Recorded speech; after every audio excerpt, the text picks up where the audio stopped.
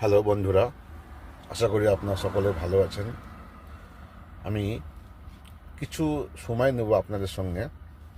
যে আমাদের পশ্চিমবঙ্গে যে এসআইআরটা হচ্ছে, এটা কিন্তু প্রত্যেকটা মানুষ চিন্তার মধ্যে আছে, আতঙ্কের মধ্যে আছে।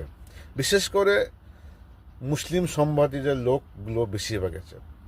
তাদের হয়তো ডকুমেন্টস হয়তো একটু একটু নামে ভুল হচ্ছে, সিস্টেমে বা গ্রামে গ্রামে যারা নাম লিখেছিল তাদের অক্ষরে ভুল হতে পারে।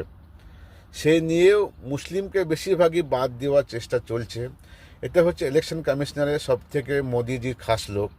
আর এটা প্রত্যেকটা মানুষ আপনারা জানছেন যে এটা বিজেপি ইশারাতে কাজ হচ্ছে।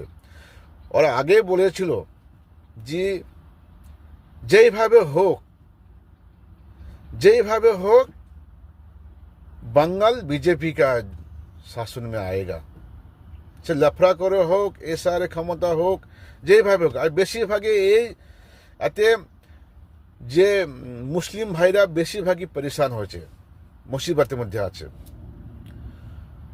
নাম থাকা পর্যন্ত, ডকুমেন্টস থাকা পর্যন্ত 100 বছর ডকুমেন্টস দেখার পরও বলছে নাগরিকটা নয়, নামে ভুল। তো যাই হোক দাদা ভাই, আমাদের পশ্চিমবঙ্গে এখনো পর্যন্ত শান্তির মধ্যে আছে। আর বিজেপি যদি একবার আসে, অশান্তি যদি বাড়ির পাশে যদি কারো অশান্তি হয় তো আপনি আরও ভালো লাগবে না।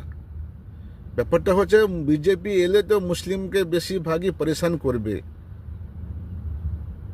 বুঝতে পারছেন? তো আপনাদেরকেও অসুবিধা হবে। তা ভাই, সব থেকে ধর্ম হচ্ছে মানুষ মানব ধর্ম থেকে আর বড় ধর্ম কেউ নাই। মানুষের মাধ্যমে মানুষকে হেল্প করো, মানুষের পাশে থাকো। ব্যাপারটা হচ্ছে মোদি সাহেব বলছে যে एक बार मौका दो, बंगाल को हम कैसे क्या बना देगा। भाई, तुमको अगर बनाना है तो उधर से बनाओ ना। देश तो सबका है, आप बनाओ, पहले बनाओ तो सही, क्या बनाना चाहते हैं, जीतने के बाद बनेगा। 2014 साल से भी तो हम लोग देख के आ रहे हैं, आप ये बना रहे, वो बना रहे, ये कर रहे, वो कर रहे, सब तो फेक ही कर रहे। तो भाई, কলকাতার আমার জনতার ওপরে একটা আবেদন, আপনারা বিজেপিকে নিয়ে আসেন না, অন্য পার্টিকেও নিয়ে আসতে হবে না। আমাদের মমতা ব্যানার্জি পার্টি, তৃণমূল কংগ্রেসই ঠিক আছে। একবার যদি বিজেপির হাতে চলে যায়, সেই পশ্চিমবঙ্গকে ঘুরিয়ে নিয়ে আনা বহুত মুশকিল হয়ে যাবে। তখনই